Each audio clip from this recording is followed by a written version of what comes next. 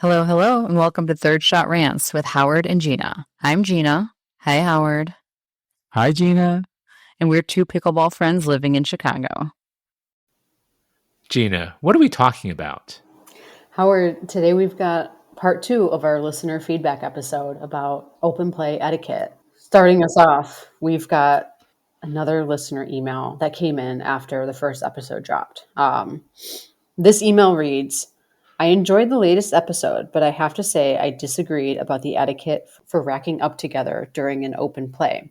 Consider a paid open play at a private facility that has 2 courts with 6 players that are relatively skilled and experienced, and 4 players that may have might be mobility impaired or total beginners. In the first rotation, 4 of the experienced players find themselves together and have a fun game. Assessing the lay of the land, they decide to keep paddling up together and keep all of their games at a higher skill. That leaves the other 2 players having to tone things down for the full open play session. If it's a huge open play with 4+ courts or something, then I think it's more acceptable to rack up together. Something smaller with a mix of skill levels, everyone should take turns in the various roles of peer, mentor, learner. I like that. What do you think? Yeah, it's interesting, especially because I think Gina, I feel like you were a little ambivalent about exactly what the etiquette should be in terms of whether a foursome could stay paddled together at an open play. And you I did struggle with that, and that's really because I was thinking of all these different examples, and I'm thinking of Piccadilly in the morning, Piccadilly in the evening, which are 2 separate open play scenarios, and then going to Pickleball Clubhouse and going to that one. And then also thinking of Horner Park in the back of my mind of what would we do at a park?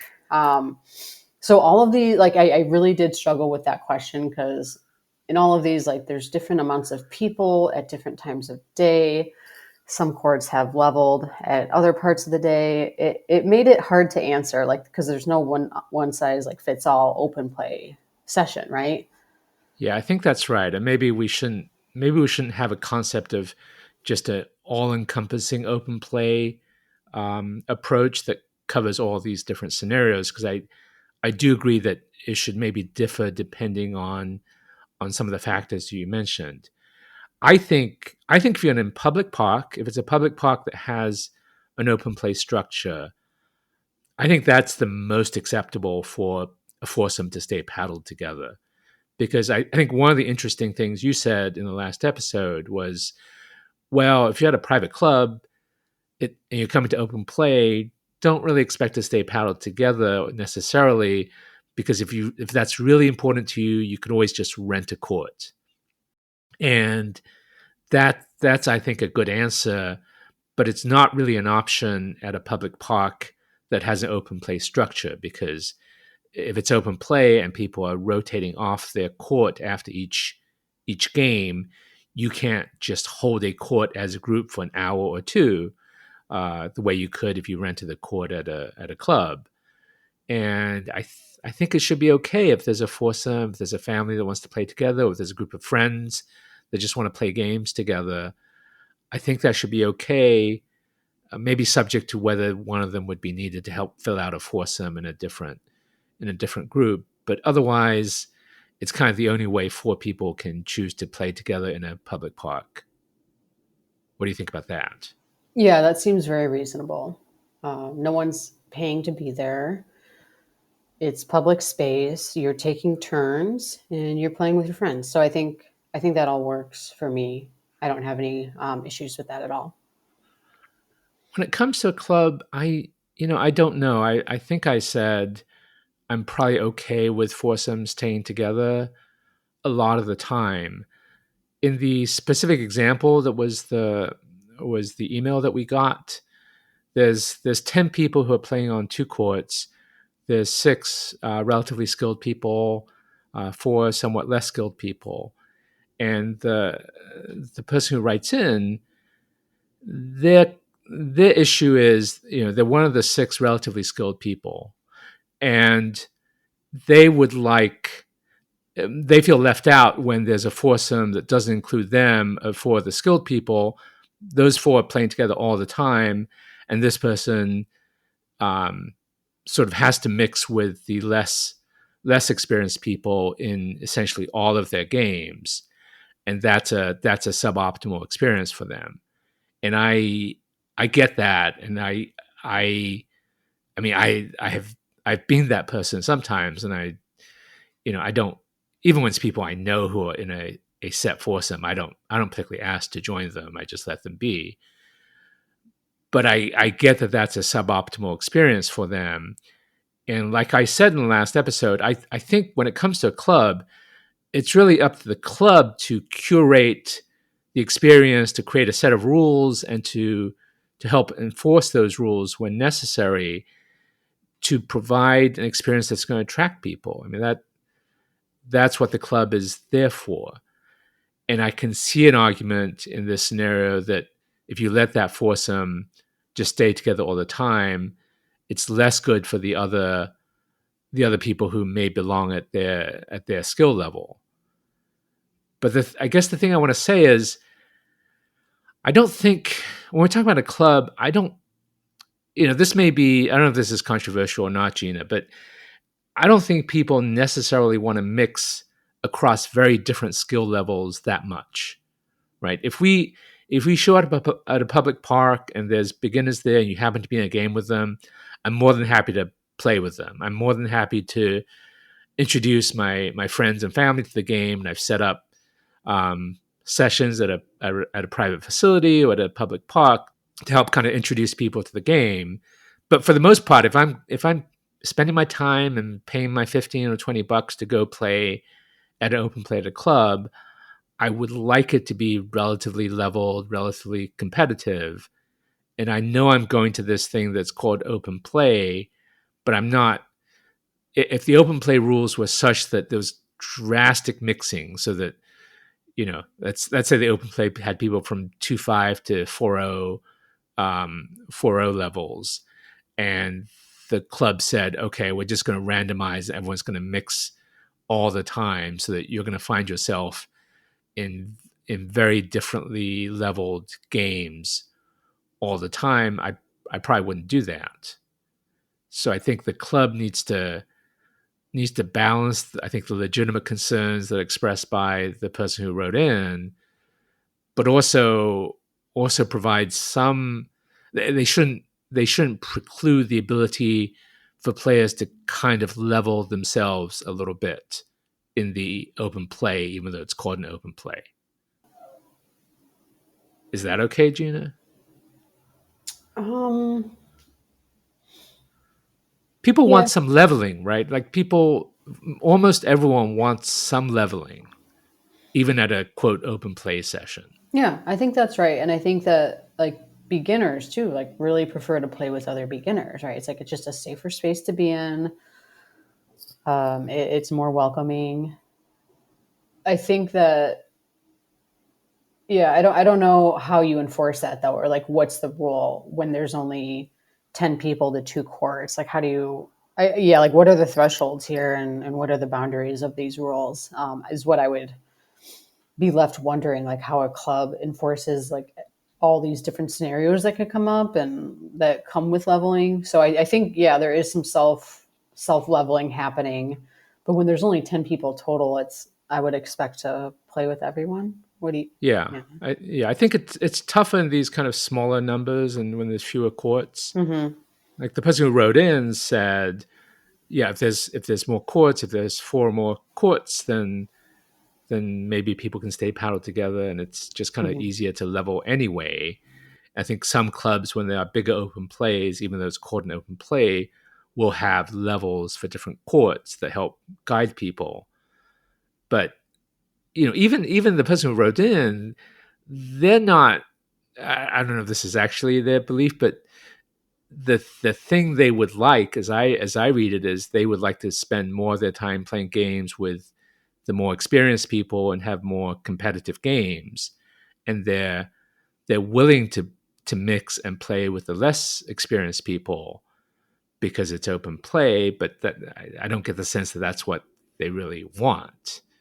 And their complaint is not like, in this example, one of the two more experienced people who's mixing with the four less experienced people, and they're mixing all the time, and that's the thing that this person is not super happy about.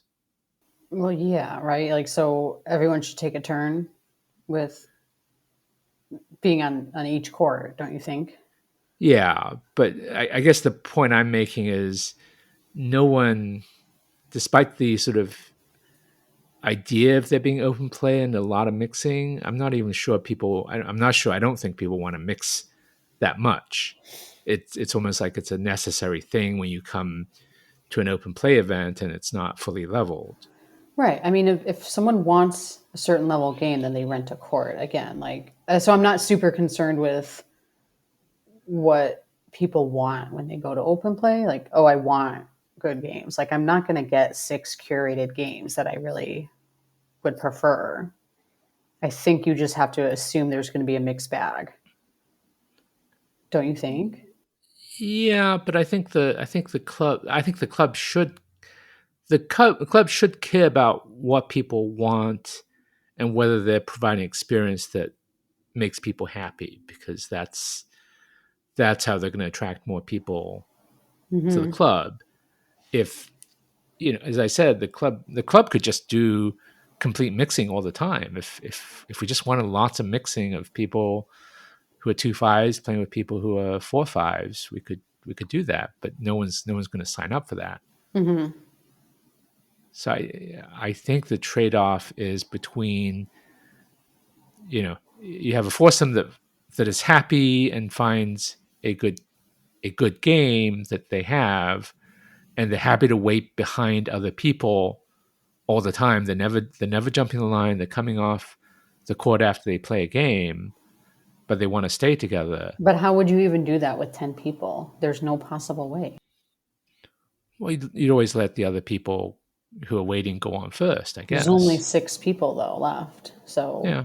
So that doesn't like it doesn't add up. Yeah, you're totally right. I think, therefore, the answer for why the foursome in this particular example can't stay together is because they're needed to help fill out a foursome of other people who are waiting. And as we talked about, I think you do have an obligation, whether it's at a club or even in a public park, when other people need help filling out a foursome at open play. But I am in general sympathetic to the idea of foursomes wanting to stay together.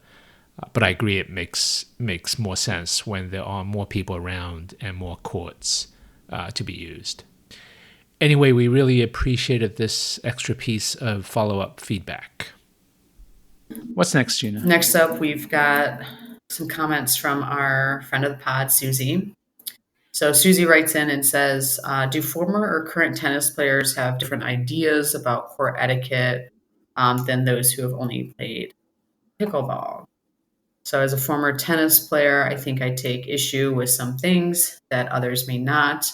Should I take issue with these things because is the etiquette the same? So she goes on to list some examples. So court turnover on public courts that serve as both PB and tennis courts.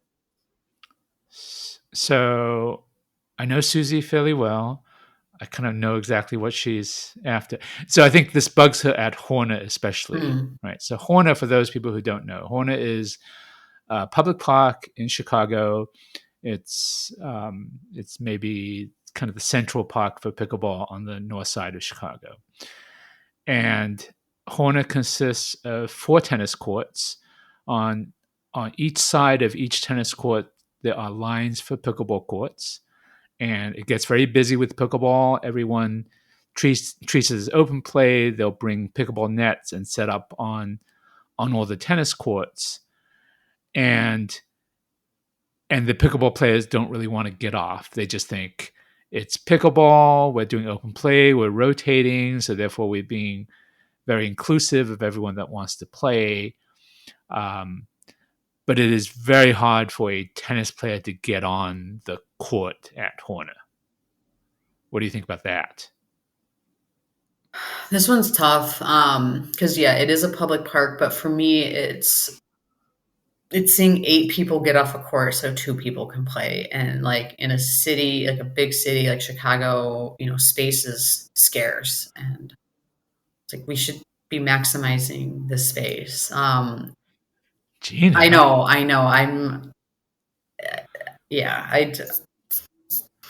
You know what the rules are, right?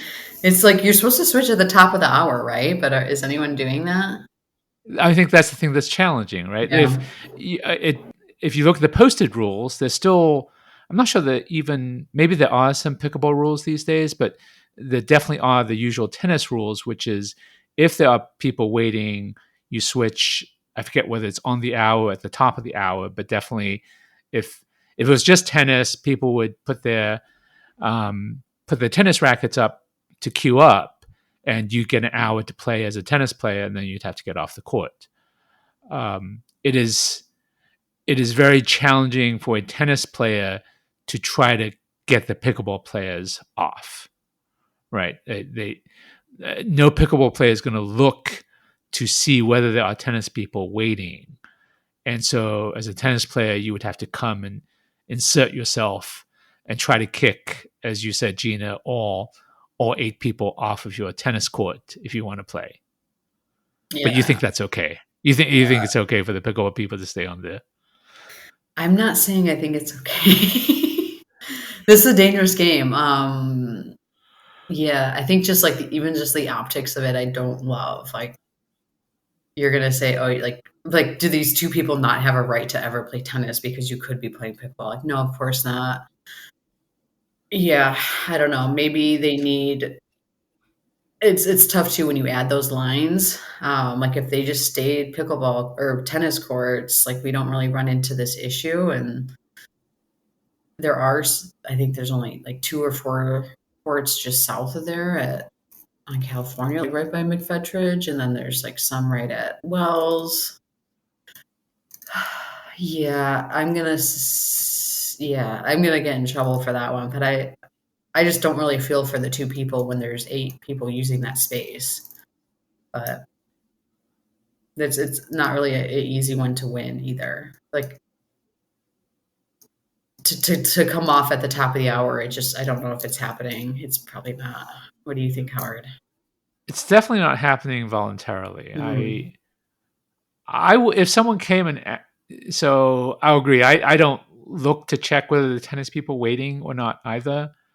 But if someone asked me to get off because they said they've been waiting, or if someone came and said, "Hey, we want to play tennis," I would get off after the hour. Would you like rat out another court and be like, "Hey, they've been here longer than us"? Maybe I don't. I don't even know who's been on how long, but yeah. I would. There's also it hasn't come up a lot in practice, Gina, but this can come up outside of Horner, but in the other courts that are also the same deal, where you've got a tennis court or multiple tennis courts, and the tennis courts are also lined for pickle on either side.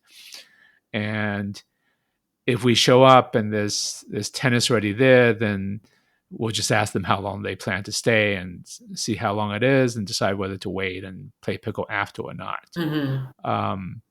It hasn't really. So the other thing that happens, Gina, is pickle players kind of have the expectation of playing for a 2-hour block is a really common length of time that people kind of that's how long people tend to book sessions for. That's how long open play sessions tend to be at clubs. If we agree to go play somewhere and play doubles, that's kind of how long everyone has in mind of how we're playing. Whereas tennis operates more on a 1-hour kind of cycle. So if we go to a one of these courts that's dual tennis and pickle, and we're just kind of getting started, Gina, and then tennis comes along and asks us, "Hey, how long are you staying? We kind of want to come in at the top of the hour." What do we say to that?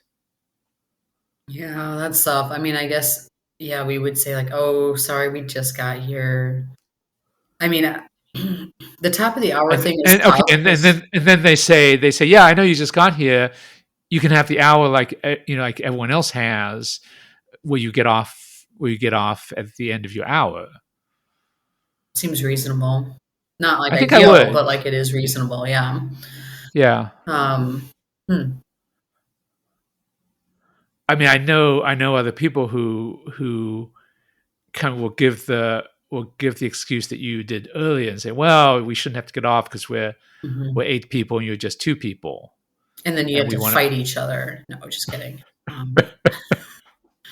It's just one way to settle the debate. No. Yeah, I will say I think there are enough new pickle courts being built, including dedicated courts these days, that this will be less and less of an issue going forward. Yeah. But I would if we were just if we're somewhere other than the Horner and we just started playing and tennis wanted to come on after the hour, I would say yes. I wouldn't hassle them about it. Mm-hmm. What if you got there at like 9:45 and they're like, hey, you need to get off at 10 because that's the top of the hour? Yeah, is that I don't even if that's how it worked, then I guess I'm okay with that. I'm not positive whether it's even if that's the rule about how it works. I don't think that's how people in tennis really treat it either. I think if someone got on 9:45 for tennis and someone else that was tennis came along, I think they would let them have the hour, Fair the full enough. hour. Yeah. We're reasonable people at heart, all of us, tennis players and pickleball players. I like to think. Except for all the open play people at Except Horner for all who those unreasonable open play people who aren't getting off the court, who aren't racking up, not following the rules. there are definitely people at Horner who feel no need to get off for tennis, Mhm. and I think that's probably wrong. Yeah. Okay, Gina, we're not really going to fix that. But. We're not. So Susie's next question is when to walk on or near court. So, maybe your ball's rolling towards another court. What do you do? Or how close are you getting to another court? All these things I think are really good etiquette. Are you walking behind a court, like during the middle of a point? Yeah. How do we decipher these? Yeah, I think it's a matter of safety, and definitely, I think Susie's underlying point is pickle people maybe don't have an appreciation of this, whereas she thinks that tennis people are great about this, which they may be. Mm-hmm. I never played much tennis at all, but it seems like common sense. But then I see people who don't seem to follow that. So it seems to me to be common sense that it's really dangerous if you are going onto a court where there are people potentially moving forwards or backwards very fast. You don't know what they're going to do. You're being even in their vicinity is dangerous because they may not know you're there and may make weird movement to avoid you and fall down. Mm-hmm. That just seems very dangerous. I tend not to say much at open play, but if I do see people coming onto my court in a way that's dangerous, I will say something. So you'll say like what to them?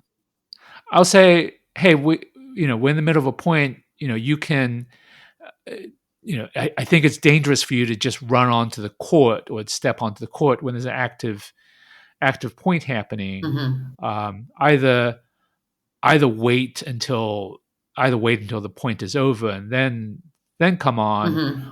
or call us. We'll call ball and make it clear that we know. Mm-hmm. Now, like if I'm playing and I see a ball, I will stop, and that's fine. But maybe there's a ball behind me, or maybe it's a ball that's not remotely in our court of play. So let's say it's by the fence or something, but someone's kind of trying to cut across our pickle court to go get it. That I think that's just dangerous. What about if like everyone's at the kitchen? Can you go behind like by the fence and just go grab your ball? Yeah, I might do that using, really erring on the side of not doing anything dangerous. I generally I wouldn't, I'm not eager to move if I can avoid it, Gina, because maybe someone will get the ball for me and return it to me, Oh which my God. maybe we'll get to later. But I would tend to wait until their point is over. But if I was really, if there's a long distance between their baseline and the fence, and I feel like I can very safely go get it, maybe I'll do that. Mm-hmm. But definitely, it's definitely true that there are pickle players who don't seem to have any sense of this and will run on, will like literally run on Mm. to try to grab a ball quickly in a way that seems really unsafe to me. And so if you're on court, like playing, you would just call ball, right? Like just like if that person gets that close that it kind of like impedes the point, it's like, okay, let's just call it and start this one over. Yeah. And then you yeah. educate. Okay, I gotcha. Yeah, that Yeah. seems reasonable. Yeah, but it is like the one situation where I tend not to try to talk to people if I can, Gina. But I will say something to the people who are coming onto the court in a way if I feel they're being unsafe about it, then I will. Yeah, that's a tough one too, especially like in clubs and stuff. Like, you know, space is a commodity and these courts are close together. And so it's going to be happening and, you know, no one wants to be a nuisance. So I understand like the urge to like run and chase after your ball, but making sure that you're not just call ball. Yeah. Just use your voice and say it and stop that point just so that no one gets hurt. It's not worth it. Yeah. That sounds good. Let's see. Susie's next question is what to say to your partner and when. So, yeah, how are we communicating with our partners in gameplay? Howard, are you lifting your partner up? Are you giving them pointers mid game? Are you saying good shot? So first, I don't think I've ever tried to coach anyone during a game or after. I think that is especially a pet peeve of some women, I think, who feel guys, including guys who are much worse than they are, will tend to unsolicitedly just offer comments to them. Yeah, do not And mansplain pickleball to me. yeah. That actually happened to me like very early on, and he was actually right, like his comments about my game. I still did not like it. Don't tell me to move in to the kitchen. Did not like it. Yeah. I mean, I think most of the time it doesn't even occur to me. I think the one time it does occur to me when someone is always way back there. Yeah. And one exception. I might have tried to coach my son, but he's my son. Yeah, so that's fair. That's different. Yeah. But I would never try to say something to anyone in open play other than maybe just very, very basic rules that they don't seem to know. I get asked this a lot of like in lessons and stuff of like, what do I do if my partner stays back? And I'm like, well, sometimes I'll just like tap paddles and say something like, hey, let's get to the kitchen together on this next point. You know, just I don't know. Yeah. You know, it's like I'm keeping it light. I'm keeping it friendly and like giving them a goal to think about. But that's also like more of the coach in me that like might be at open play and trying to be friendly with people. And like that's like I don't want to coach people at open play. I want to like play and like help in a way that's like kind and I don't know approachable. Right. And so I don't want to coach anyone like unsolicitedly. Is that the word? Did we decide? I'm not sure. I tried to use it as a word. I don't know if it really is a word. We'll find out soon. But that's the other thing. Your status as a coach also maybe is a little bit different, where it blurs it a little bit. Right. People maybe are looking for a little bit of advice from you, especially it's free coaching. Yeah. What the hell? So like, you know, like right before our leagues start and stuff, I just let everyone know, like, if you're looking for advice, let me know. Like, you know, like there's like, if you go to a yoga class, you can say like, you don't want any adjustments from the instructor. And like, I think that should be like the expectation anywhere is like, if you're, you know, in league and you just want to play your games, then definitely like, I don't want to like get in anyone's way or like get in anyone's head in that kind of way. If you're at a lesson, I think obviously you're expecting to be coached quite a bit, but league and like open play, stuff like that, it might be a little bit, I don't know, just less clear of what's appropriate. Yeah. Now, if we're moving on from coaching to just sort of how you interact with your partner, I don't know that I do my best to try to lift my partner up. You don't, Howard. I don't love to try to interact more than the very bare minimum. I'm at intensity level like maybe 0.5, Gina. Oh my gosh. But like you won't even give me a high five after you hit an ATP. I want to celebrate you. I want to lift you up.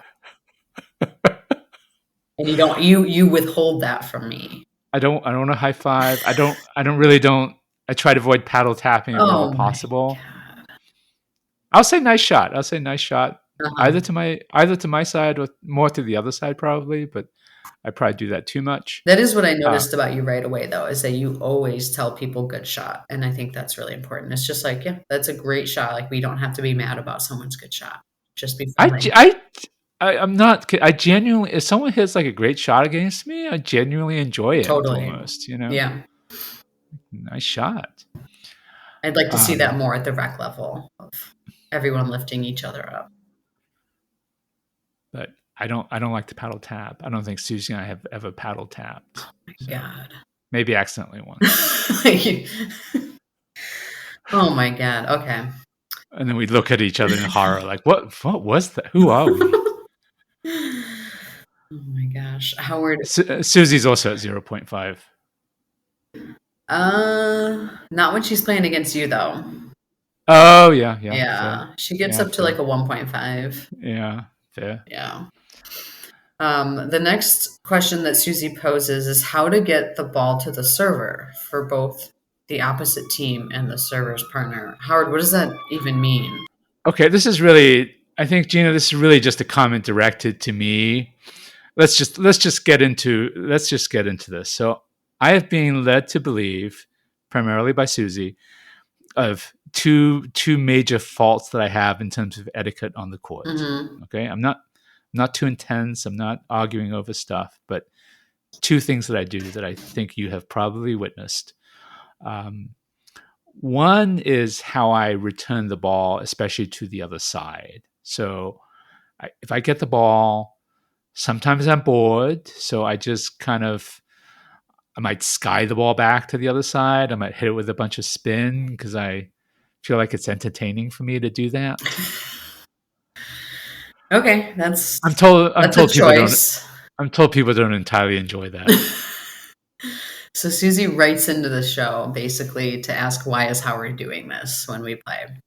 Yeah, I mean she's mentioned it to me directly too. Yeah, I like that though. Like it's just another angle for her. Yeah. I mean, if someone even like whacks the ball at me like kind of aggressively because they like lost a point or something, that I already know like okay, tensions are too high right now. Like a lofty, like ridiculous moon ball, fine, whatever. I would just. I don't whack the ball hard. Yeah, no, right. I don't. Yeah, that would be like my red line, like my line in the sand of like, okay, like calm down, whoever I'm playing against. Like you don't need to be whacking the ball at me to let me serve it next. Okay, but you're ready to serve, and instead of just hitting a nice sort of steady ball to you, I sky it. Is that annoying? Yeah, because right, like it might be hard to catch. It might go like over the fence for all I know, like behind me. I mean, I wouldn't say like I hate it, but I wouldn't say like, oh, I love when Howard does this. He's so goofy. I thought people would like it, Gina. I think that's not the main objection. The main objection, which is not on this list, is you've experienced this, I know, Gina.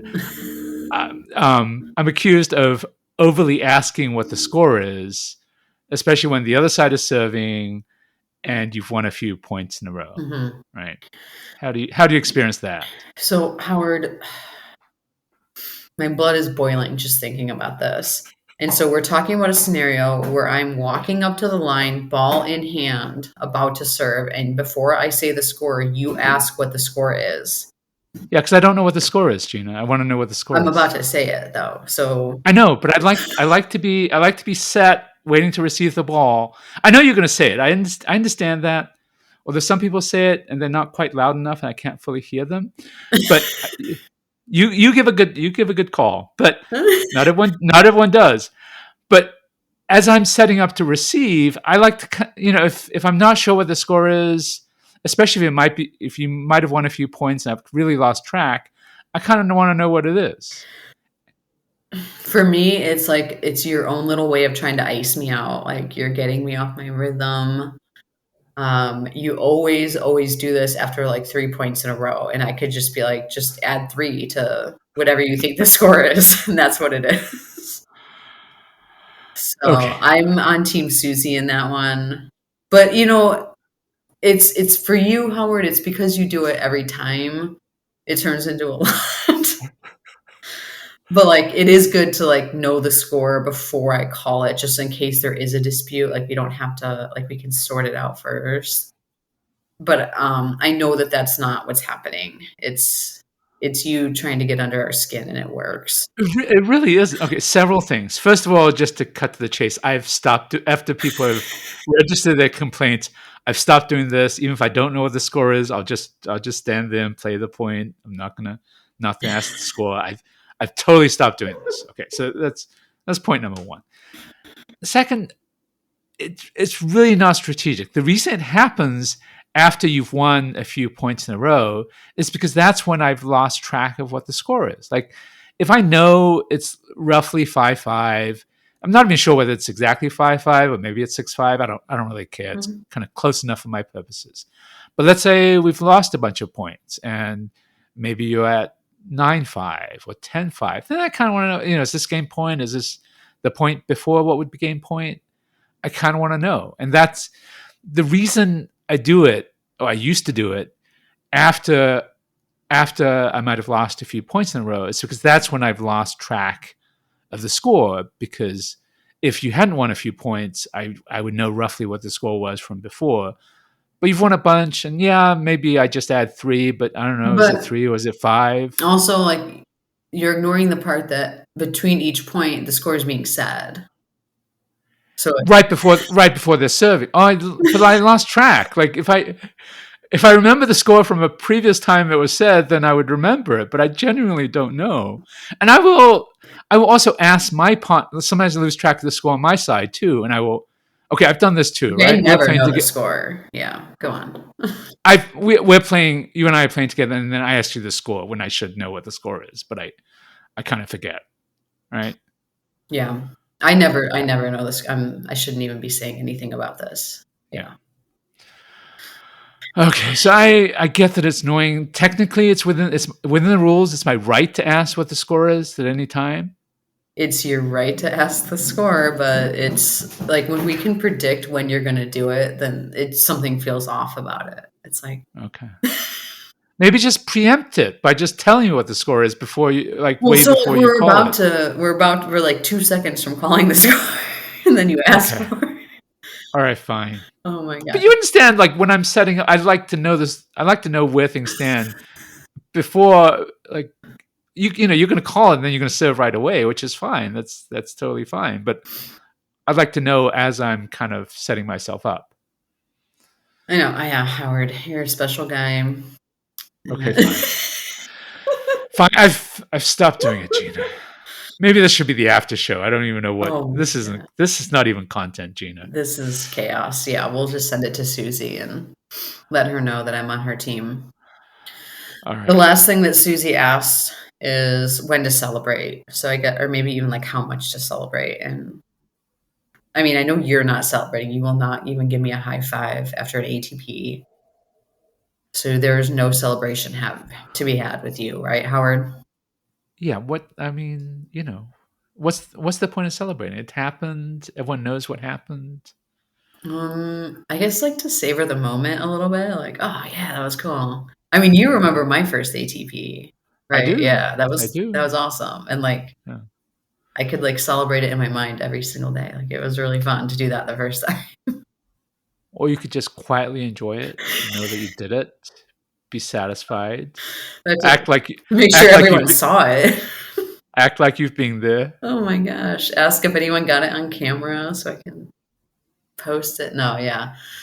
I think we talked about this too. I think at the APP episode about like cheering for unforced errors, things like that. I don't know that that's happening a ton. What do you think? Like, what is Susie getting at here? Are people celebrating too much? Yeah, again, I think she's at maybe it's a 0.5 or it's a 1 on the intensity scale. I I think there's some people who celebrate a lot. I don't think she has a huge problem with it, but neither she nor I tend to celebrate much. Mm-hmm. So in the league match that I mentioned before, in the playoffs and the finals, we ended up it was the first time we played league together, and we ended up winning the final, and it was kind of a contentious match, as I was describing a little bit earlier. And we just won, and we didn't say anything. We tapped paddles with our opponents at the end, and that was it. That was good. We won. We know we won. Yeah.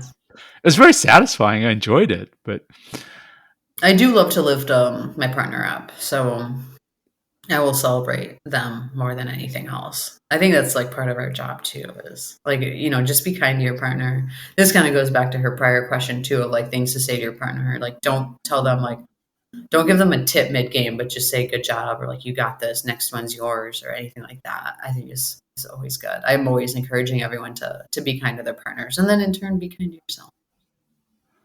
I will tell you, Gina, our team motto is we celebrate on the inside. Oh yeah, you guys are party animals. Okay, what else, Gina? All right, moving on.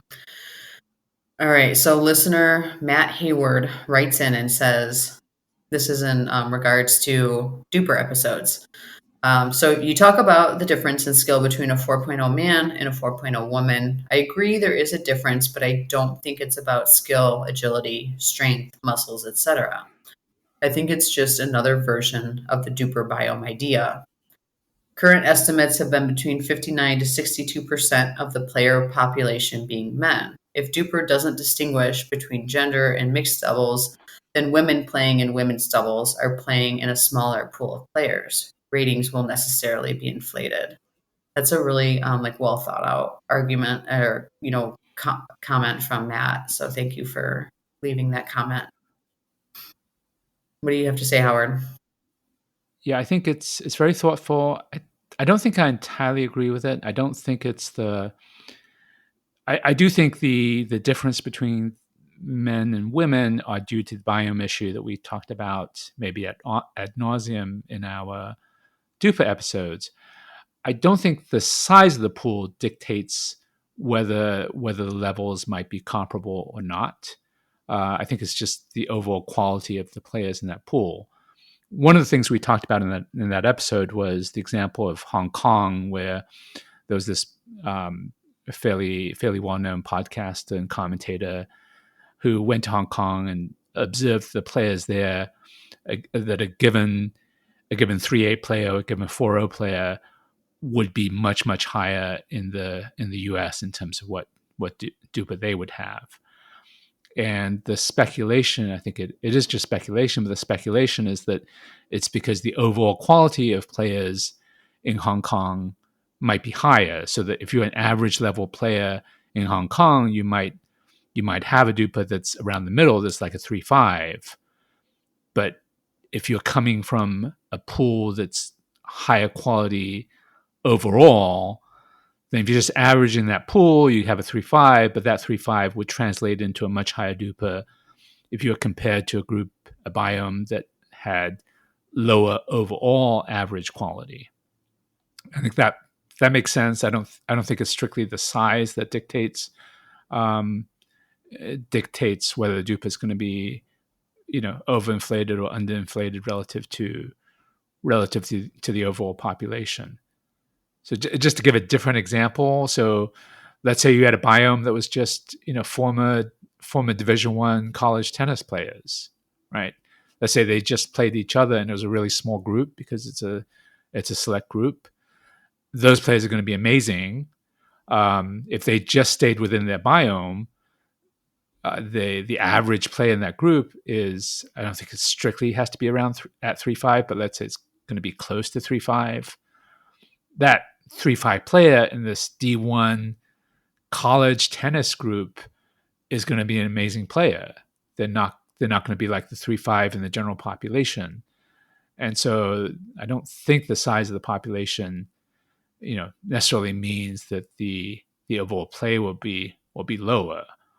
So I don't entirely agree with Matt, at least as I understand what he's saying, but I appreciate the comment. Mm-hmm. Really interesting. And you're an economist by trade, so this like kind of feels a little bit up your alley. Does that seem right? Or Yeah, I mean, I definitely, spent a lot of time with data. So mm-hmm. Cool. Awesome. Thanks for that question, Matt. Matt goes on to say, I'm not sure playing with a lower reliability partner hurts you for DUPR. They might have a larger rating gain / loss than you, but I'm not sure your own rating gain / loss would be any different than if you had a higher reliability partner. Is that actually confirmed? He asks. So, Howard, is it confirmed? yeah, I think this was a extremely interesting point, and I think he's certainly got a point here. So just to refresh people, we had one piece of advice in our DUPA episode, in our advice episode, where we said, if you think you're underrated and you're trying to kind of build up your DUPA, maybe don't play with a partner who has a low reliability score, because if you're underrated and you outperform your expectations by playing a bunch of matches, if your partner has a low reliability score, then they're going to get more of the credit from those over performances than you will, and it may hurt your ability to kind of gain ground. And Matt's point, as I understand it, is, first, just have we really confirmed that? And I think the honest answer is we haven't really confirmed it. If we talk to the DUPR folks again, we would definitely ask about this. It is, based on looking at results, I have a strong sense that this is true, that what we said is true, because when you have an overperformance this is the example of someone who might have a 3.0 DUPR who really is a 3.75 or 4.0 player. They should be able to work their way up by just playing matches and overperforming the expectation, because the expectation is based on their having a 3.0 DUPR. I do think, just as a matter of statistical inference, if you're trying to, as an algorithm, get what data or information there is out of a result, if there's someone that has a low reliability rating, and you're trying to explain a result, you would put the weight more on that low reliability player as having been the one that was underrated going into the match, because they have low reliability going in. And that I think is what would be logical for the algorithm to do. But Matt is totally right that we don't really know that's the case. I've seen instances where it sure seems like the player that might be underrated, that has a higher reliability score, gets very little benefit from that overperformance when they're playing with a low reliability partner. But I think Matt is right that maybe that's just what they would have gotten even if they played with a high reliability partner. But that's a really interesting comment, really perceptive. We'd love to talk to DUPA again sometime and maybe follow up on that. So really appreciate it, Matt. If you have other comments, feel free to write in. Yeah, a big thanks to everyone who's written in, left us comments. Also, an apology for anyone who's reached out to us on Facebook or Instagram and Howard has not responded to you. I'm sorry, Gina. Howard, you had one job. This whole social media thing, it's very new to me. We'll figure it out. We'll get responses. Right. Coach's Corner, Gina, what do you have for us? All right, you guys, today I wanted to highlight the return of serve.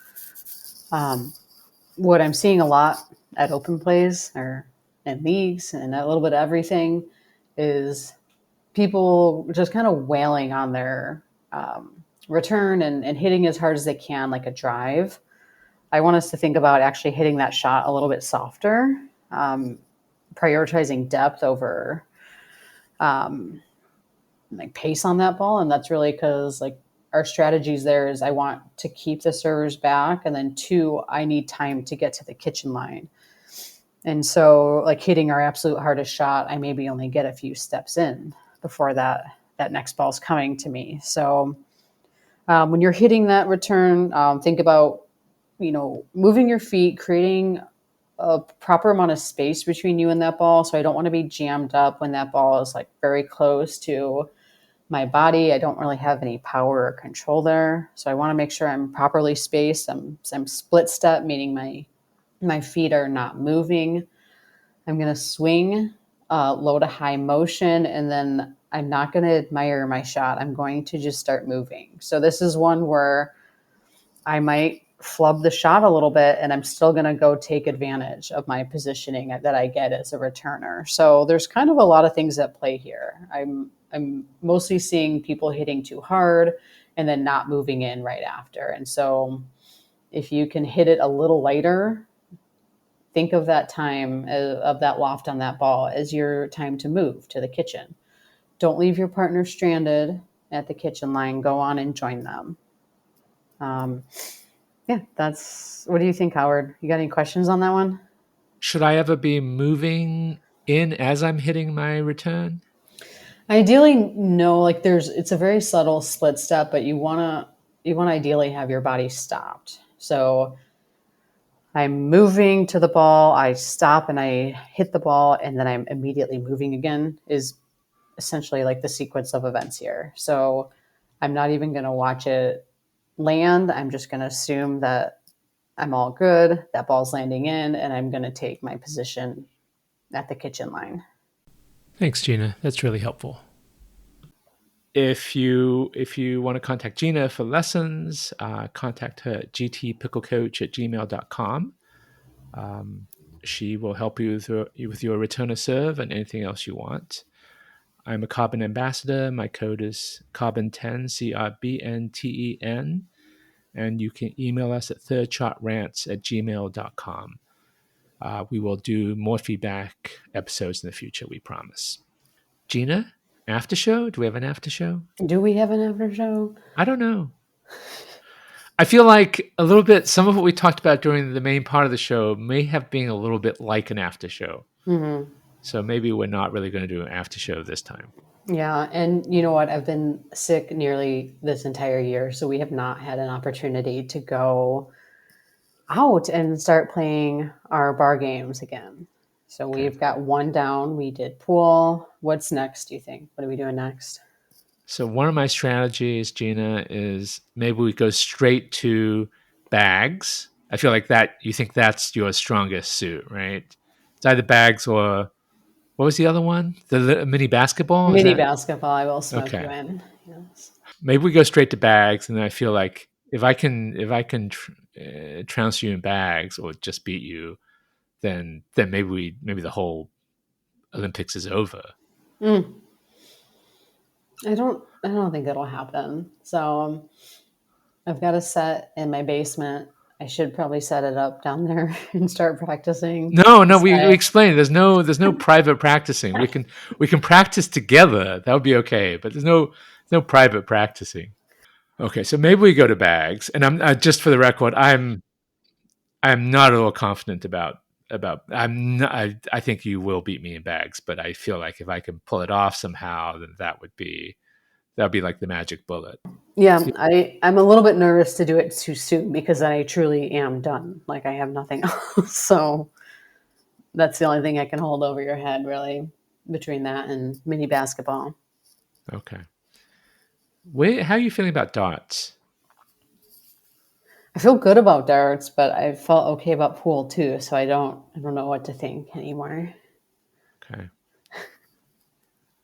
Because you're on the record as saying you were going to smoke me in darts. That's what you literally. I've got the clip, which I will maybe try to insert. Oh my god! Yeah, that's what started the whole thing, Gina. I think I am a decent darts player, so we will find out for sure very soon. Okay. All right. Happy pickling, Howard. Happy pickling, Gina. Okay, this is the after show, which Gina doesn't even know that I'm recording, but this is the clip of what she said about darts before. Like, I think I would smoke you in darts, if I'm being honest.